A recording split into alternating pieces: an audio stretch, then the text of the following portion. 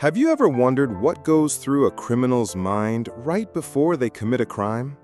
That fleeting moment when everything could still change, when they could still turn back. But then a decision is made and someone's fate is sealed forever. We often see the aftermath, a shocking crime, a harsh sentence, tears shed too late. But what truly happens in their mind before it all begins? Let's take a journey, an unsettling yet fascinating one, into the dark corners of the human psyche. Imagine a small room, dimly lit by a yellow bulb casting shadows on cold tiles. A man sits there, trembling, holding a knife. His heartbeat pounds like a drum.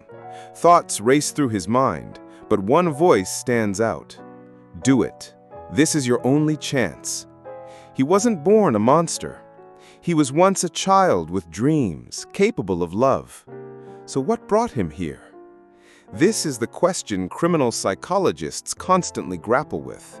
Where does crime begin? Is it a moment of impulse or the result of a long series of emotional fractures? Experts suggest that before committing a crime, a criminal often goes through a process called rationalization. They create justifications for their actions. A jealous killer might think, "She betrayed me. She deserves to pay." A bank robber might say, "This society is unfair. I'm just reclaiming what's mine." These justifications aren't meant to convince others. They're meant to convince themselves, helping them overcome their final moral barrier. But not all criminals are the same. Take serial killers like Ted Bundy, who admitted to feeling no remorse.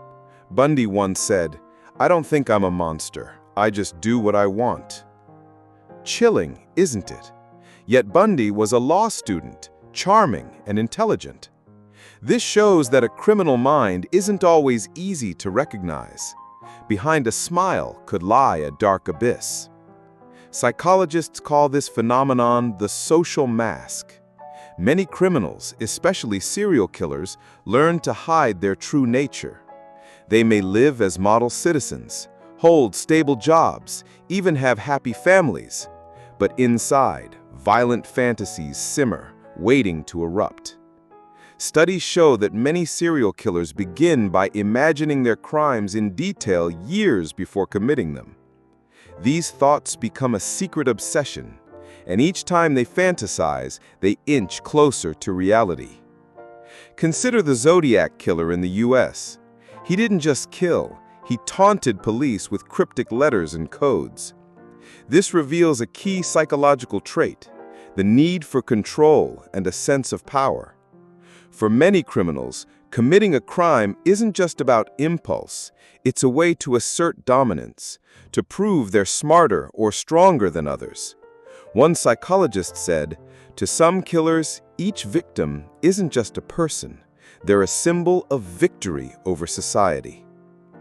Not all crimes are meticulously planned.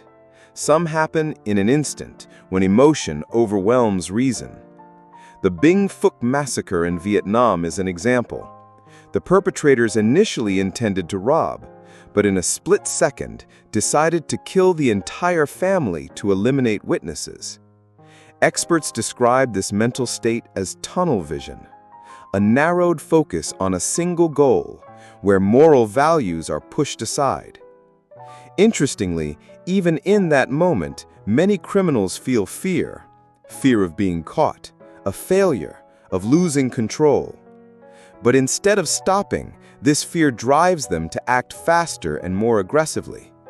A criminal psychologist once said, "Criminals aren't fearless. In fact, fear often makes them more dangerous." So what do they think before they act? The answer? There's no single pattern. Some plan for years, others decide in seconds. Some feel excitement, others tremble in fear. But the common thread is this: in that moment, they believe their actions are justified, necessary, even inevitable. And it's this misguided belief that turns them into criminals. As we end this journey, here's a thought to reflect on. The line between good and evil is thinner than we think. Darkness exists in everyone, and what keeps us from crossing that line isn't just law, it's self-control, empathy, and the values we're taught from childhood. Understanding the criminal mind isn't about excusing them. It's a reminder that evil isn't a distant force, but a potential within us all. Only through awareness can we stay in the light.